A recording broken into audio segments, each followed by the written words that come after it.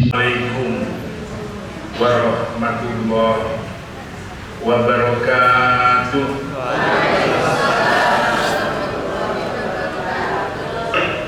Bismillah, alhamdulillah, wassalatu wassalamu ala rasulillah Sayyidina Muhammad ibn Abdillah wa ala alihi wa sahbihi wa mawala. Rabbana atina fid dunya hasanah wa fil akhirati hasanah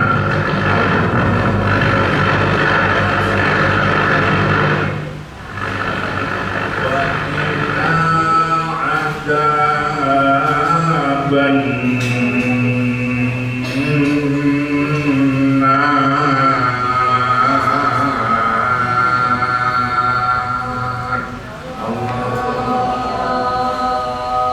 Sadaqallahul Azim, innahu huwas samiul alim.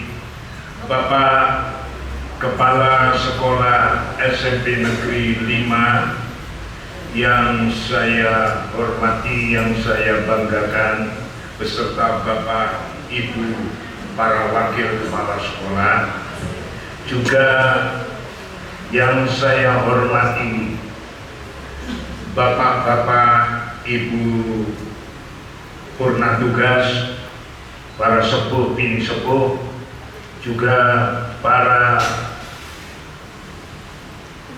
alumni atau Vokas SMP Negeri 5 yang saya banggakan seluruhnya. Mohon maaf nggak bisa nyebut saya satu persatu. Hadirin hadirat seluruhnya yang dimuliakan Allah Subhanahu wa Ta'ala, amin. Silaturahim atau silaturahmi itu dua ungkapan bahasa yang sama-sama benarnya. Kalau silaturahim itu artinya menyambung cinta kasih. Kalau silaturahmi itu artinya menyambung rahimnya ibu. Di mana-mana seluruh dunia, pokoknya di situ ada orang Islamnya, di situ ada silaturahim. Nah, khusus silaturahim yang ada di negara kita Indonesia, waktunya jatuh sesudah hari raya, namanya itu diberi tambahan silaturahim atau silaturahmi halal bihalal. Maksudnya apa Pak Zek? Silaturahim itu cinta kasih kita disambung seperti saudara serahim, seayah seibu, silaturahim atau silaturahmi. Kalau silaturahim menyambung kasih sayang, kalau silaturahmi menyambung rahimnya ibu. Maksudnya cinta kasih kita itu disambung seperti saudara serahim, seayah dan seibu. Nah, halal bihalal Pak, halal bihalal itu artinya kalau kita sudah ketemu, kita itu diajak salam-salaman, diajak halal-halalan, maaf-maafan. Pertanyaan Pak Zek, kenapa kok kita mengadakan silaturahim halal bihalal? Jawabnya karena ada dua sebab.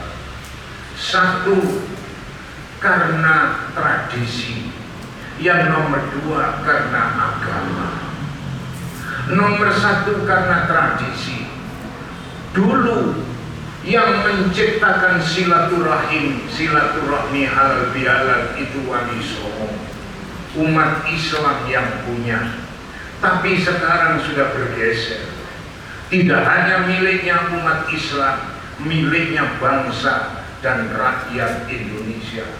Muslim non muslim, mulai presiden, wakil presiden, sampai RT RW, kantor, pabrik, toko, pasar, sekolah, semua mengadakan halal bihalal. Kenapa? Karena sudah tradisinya orang Indonesia. Bahkan kemarin itu hari Sabtu lusa, saya diundang ceramah di lapas Wahrul, ceramah halal bihalal di dalam penjara. Wonten tak pancen ada, sinten sing ada maling-maling. Acara pengajian dimulai, ada acara hadrah, yang main sholawatan yang nabuh terbang itu maling. Kemudian ada piano organ yang ditabuh, yang ngiringi, yang nabuh organ itu yang nyanyi maling. Kemudian acara pengajian dibuka, saya lihat membawa acaranya maling. Kemudian ada kiroa, yang kiroa maling. Kemudian yang sambutan-sambutan, yang memberikan kata sambutan maling. Jadi kuwaben maling, mek sing ceramah dok. Sing ceramah baik maling. Sampai Pak Ali, saya pindah itu keliru. Ya apa Pak saya keliru saya begini. Yang terhormat para maling. Mosok maling terhormat. Loh ini loh, karena budaya.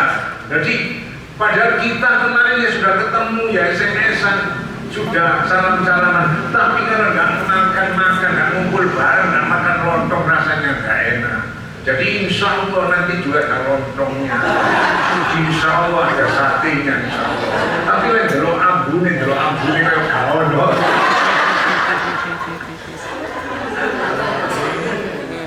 Ini faktor budaya. Satu karena budayanya orang Indonesia, tapi budaya yang bagus itu, budaya kerukunan, kekompakan kita pertahankan sampai akhir zaman, insya Allah. Yang nomor dua, kenapa kita mengadakan halal bihalal? Karena faktor agama. Semua agama di dunia itu mengajarkan cinta kasih. Cintailah yang di langit, yang di bumi akan mencintai kamu. Itu kan ajaran agama. Tutuplah cacat saudaramu, maka Tuhan akan menutup kekuranganmu. Kalau kamu ditampar pipi kananmu, berikan pipi kirimu. Pokoknya kan teman-teman. Itu kan ajaran cinta kasih. La yu'minu ahadukum hatta yuhibba li akhihi ma yuhibbu li nafsihi. Tidaklah seseorang itu dikatakan beriman sebelum dia mencintai orang lain seperti mencintai dirinya sendiri. Loh ini kan sepor mentak sapora bahasa Inggris ya. Semua orang hidup di dunia itu punya dosa. Sebaik-baik orang yang berdosa adalah orang yang berhalal bihalal. Jadi agama itu mengajarkan kerukunan, ajarkan minta maaf. Duribat alaihimud dillatu aynama tuqifu illa bihablim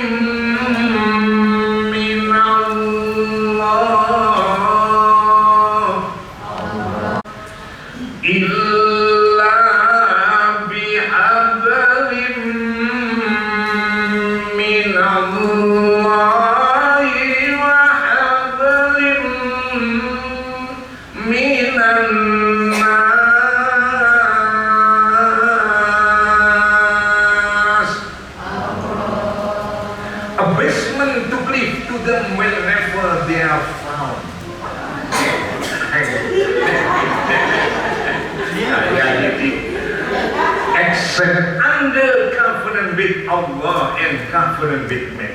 Ditimpakan dosa buat manusia. Di mana saja berada manusia itu terkena dosa. Dosanya manusia itu dua jalur, vertikal dan horizontal. Dosa hablum minallah dan dosa hablum minanas.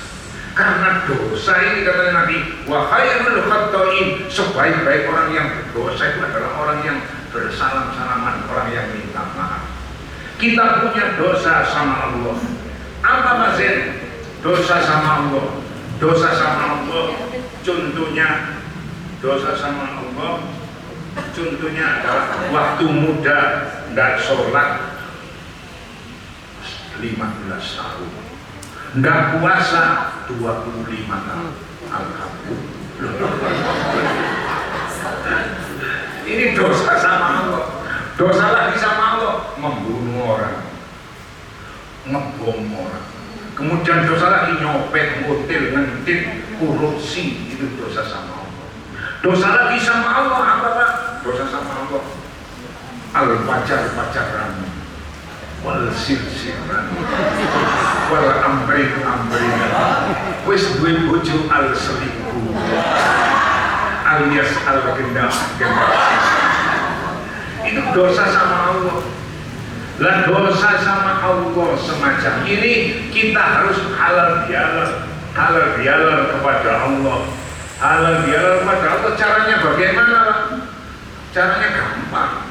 Yang mengaku Hindu masuklah pura, yang mengaku Buddha masuklah vihara, yang mengaku Konghucu masuklah kelenteng, yang mengaku Yahudi masuklah sinagog, yang mengaku Kristen Katolik masuklah gereja, yang mengaku Islam masuklah masjid, masuklah musola. Taubat kepada Allah. Caranya halal bihalal kepada Allah, dosa sama Allah, taubat sama Allah. Syaratnya bagaimana Pak? 3, berhenti, menyesal, tidak ulangi lagi. Itu syaratnya taubat.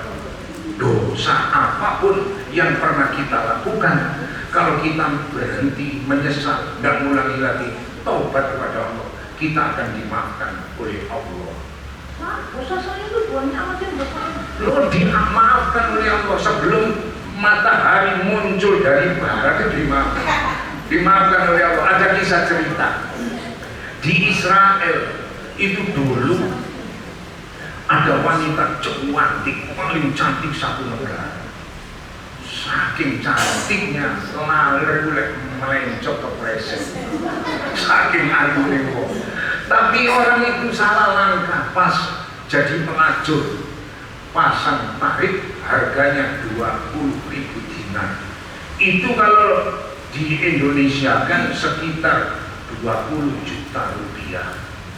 Setiap hari orang laki-laki antri di depan rumahnya pelacur, saking cantiknya orang. Suatu saat ada pemuda santri pulang dari pondok, terdengar bahwa di kota ada wanita cantik, harganya 20 juta. Ya apa sih rupanya wong wedok ayu 20 juta. Akhirnya berangkat ke kota.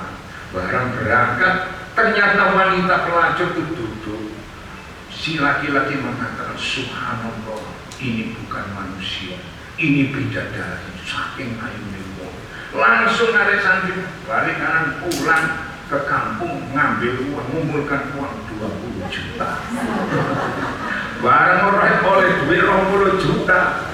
Akhirnya berangkat nanti pelacur, dok. Siapa? Dok. Siapa? Aku. Aku siapa? Ya aku. Dan namamu siapa? Namaku tak? Iya namaku. Namaku? Iya namaku. Boleh kan? Namamu siapa? Namaku Awe. Awe siapa? Awe siapa?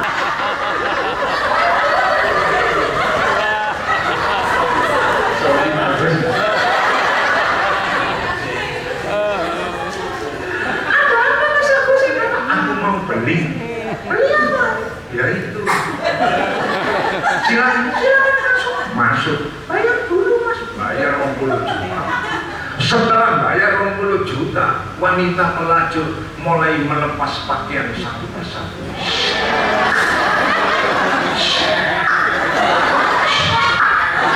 Ternyata anak laki-laki santri namanya Agus Wahyudi. Delok wong wedok tanpa busana ngeder.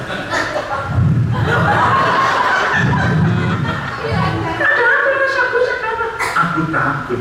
Takut sama siapa? Takut sama Allah. Aku takut sama Allah. Aku tidak berani megang kamu, tidak berani dekat kamu, tidak berani dekat sama kamu, tidak berani memegang kamu. Aku takut dosa, takut sama Allah. Aku lebih baik pulang. Iki lho hebatnya Pak Agus.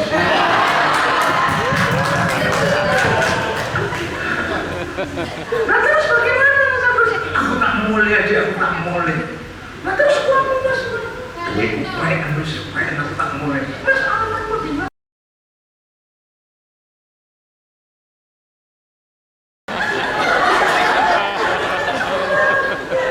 Akhirnya setelah itu anak laki-laki ini pulang. Malam harinya wanita pelacur itu menyesali perbuatannya. Ya Allah, alangkah banyaknya dosa saya. Masa aku saya pegang saja tidak mau takut dosa. Aku tiap hari ganti-ganti pasangan mentet. Ya Allah, besok paginya mas-masan perhiasan pakaian dimasukkan koper, dia pergi. Pintu jendela ditutup, dikasih tulisan gede, mohon maaf tidak buka praktek. Akhirnya berangkat dan berangkat mencari rumahnya Mas. Sejauh-hari carikan sampai ketemu. Assalamualaikum Mas. Waalaikumsalam. Bagaimana Mas kabarmu? Kabarku baik-baik deh. Kabarmu bagaimana? Apa yang baik-baik? Sampai sopo sih, sampai sopo. Masa Mas lupa? Masa lupa? Aku kok lari? Jangan gitu dah Mas. Janji. Apa janjimu? Janjiku adalah perahu sama perahu, layar ada di muka. Maksudmu? Tahu sama tahu, rahasia tetap tidak saya buka. Kamu nulis sampai itu sopor lah. Mas Agus itu betul-betul nggak tahu karena di daerah arah Timur Tengah itu kalau keluar rumah kan rata-rata pakai cadar, wajahnya itu didokter begini contohnya. Assalamualaikum Mas Agus. Waalaikumsalam. Sampai sopor sih. Maksudnya, jangan pura-pura tidak tahu. Aku lu gak perlu sampai sopo saja. Saya ingin ketemu ya Mas, ingin ketemu. Ketemu Gendi. Saya gak cinta hoki. Aku kok lari ya Dek, aku kok lari. Sampai lari saya buka cadar saya, buka cadar saya. Bukan cadarmu, aku biar tahu. Dibuka cadar. Somen. Ya Allah, setelah tahu wajahnya pelacur yang cantik, gelap mati.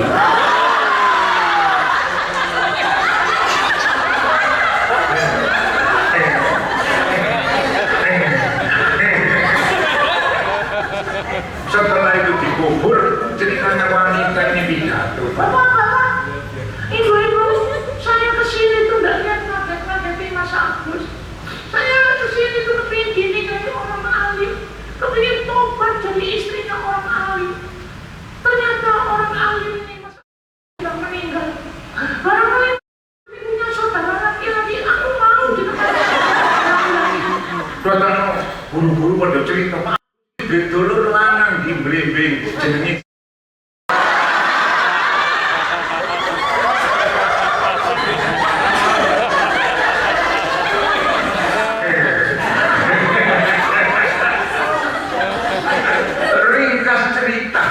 Kemudian yang mati itu orang alim, yang menikahi orang alim.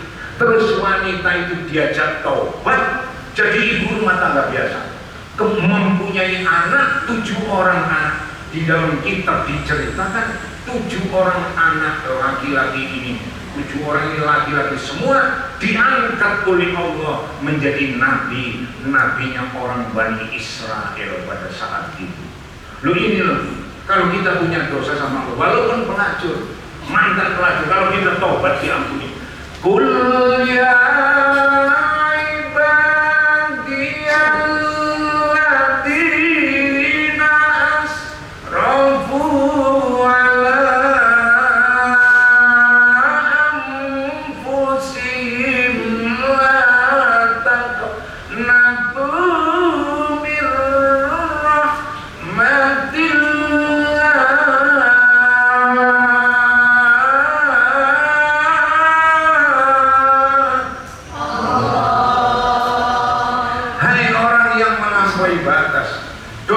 cintamu setinggi langit kah, sebesar gunung kah? Jangan kau putus asa, la taqnatu min rahmatillah. Jangan putus asa akan ampunan Allah. Pokoknya kita taubat. Innallaha yaghfiru dzunuba jami'a. Dosa kita semua akan diampuni oleh Allah. Allahumma. Itu dosa kepada Allah, cara menghinakan masuk langgar, masuk masjid gitu. Kemudian kita punya dosa sama manusia. Dosa manusia apa Pak Zen? Contohnya dosa sama manusia, contohnya fitnah menfitnah, fitnah menfitnah. Kemudian ibu nah gimana?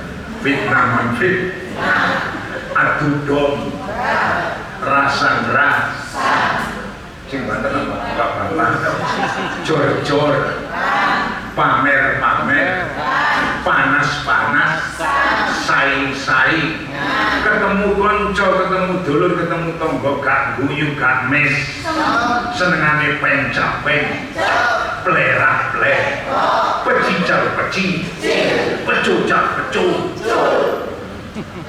Leni di kampung, di kantor, di perusahaan ada orang suka fitnah, adu domba, pecah belah rukungan, mencap-mencap dolongan. Memang orang itu mulutnya rus, mulutnya rus, hatinya bus, bibirnya minta disop, kurang banter. Biasanya yang senang jual omongan adalah wanita.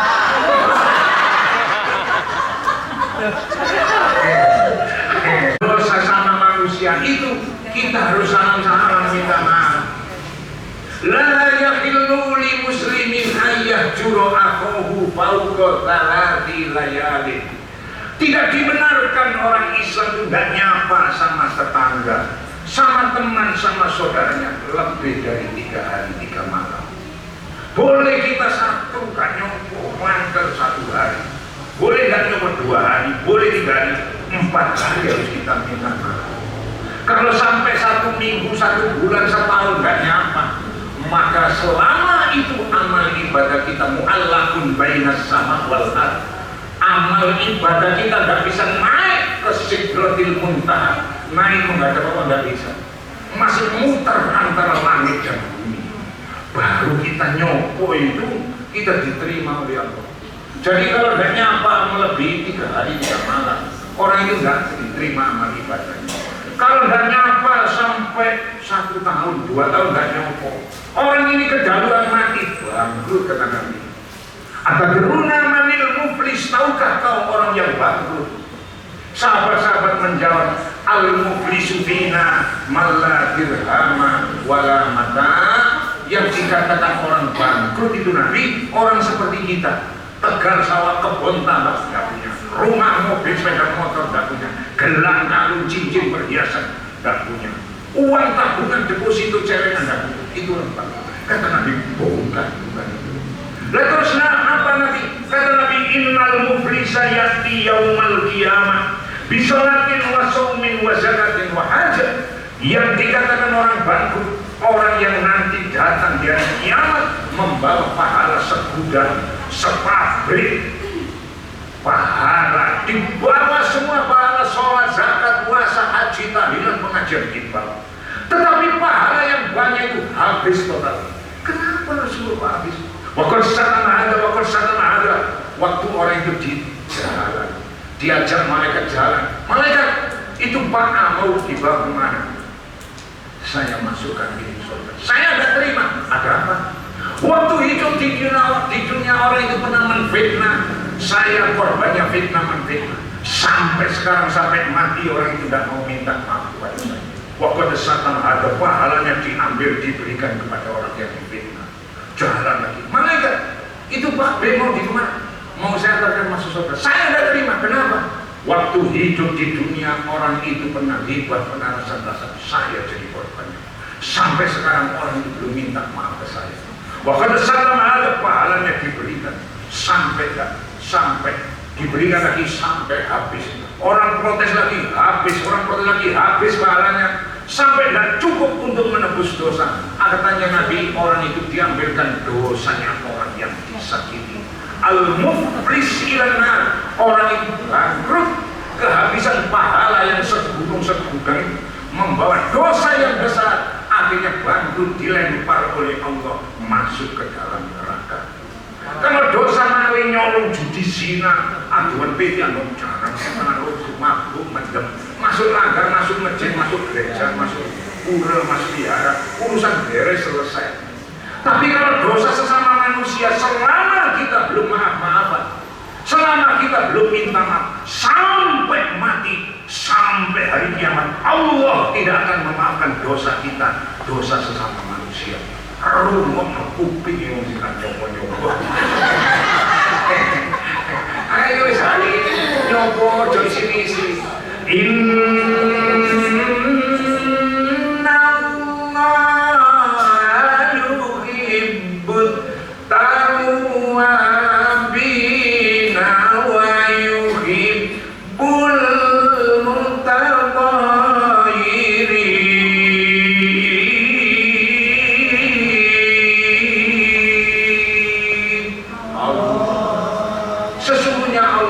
cinta kepada orang yang minta maaf, dan Allah itu cinta kepada orang yang bersih, bersih hatinya, bersih pakaiannya, bersih musola masjidnya, bersih kelasnya, bersih sekolahnya, bersih RT-RW-nya. Orang yang bersih lahir batin dicintai Allah. Allahumma itu halal bila diadakan karena satu, karena tradisi, nomor dua, karena faktor agama.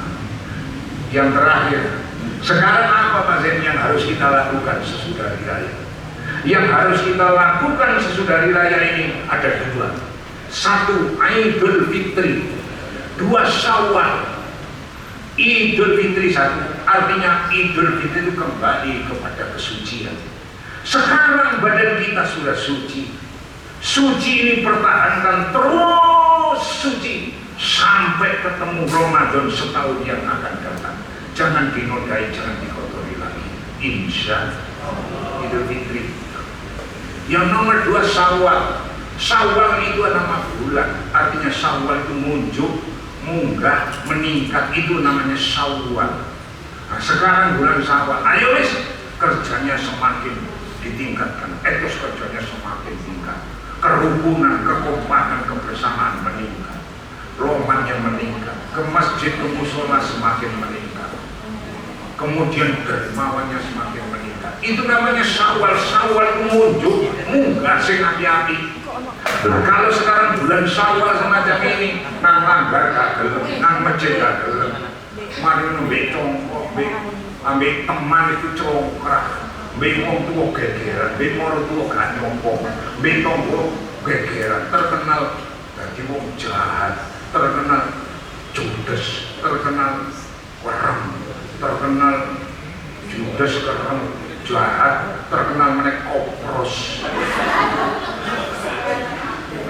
Terkenal itu apa Pak? Itu namanya bukan Syawal. Itu apa namanya? Itu namanya Syawal. Lek Syawal itu muncul, lek Syawal itu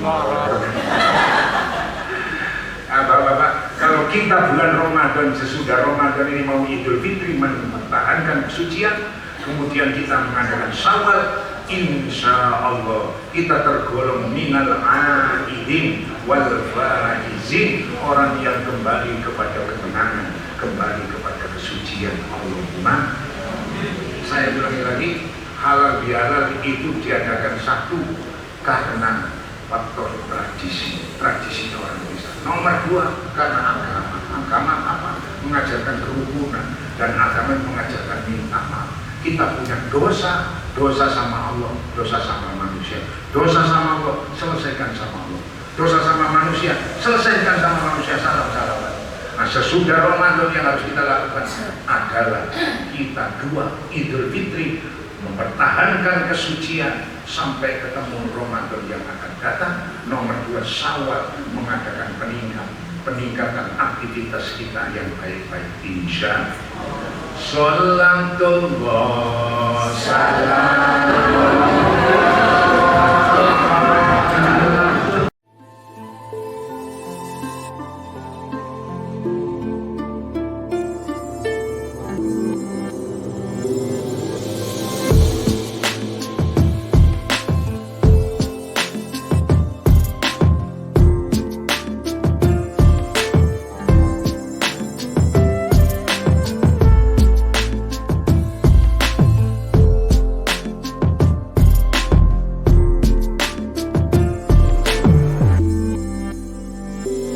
Advokat 5, bersama kita bisa.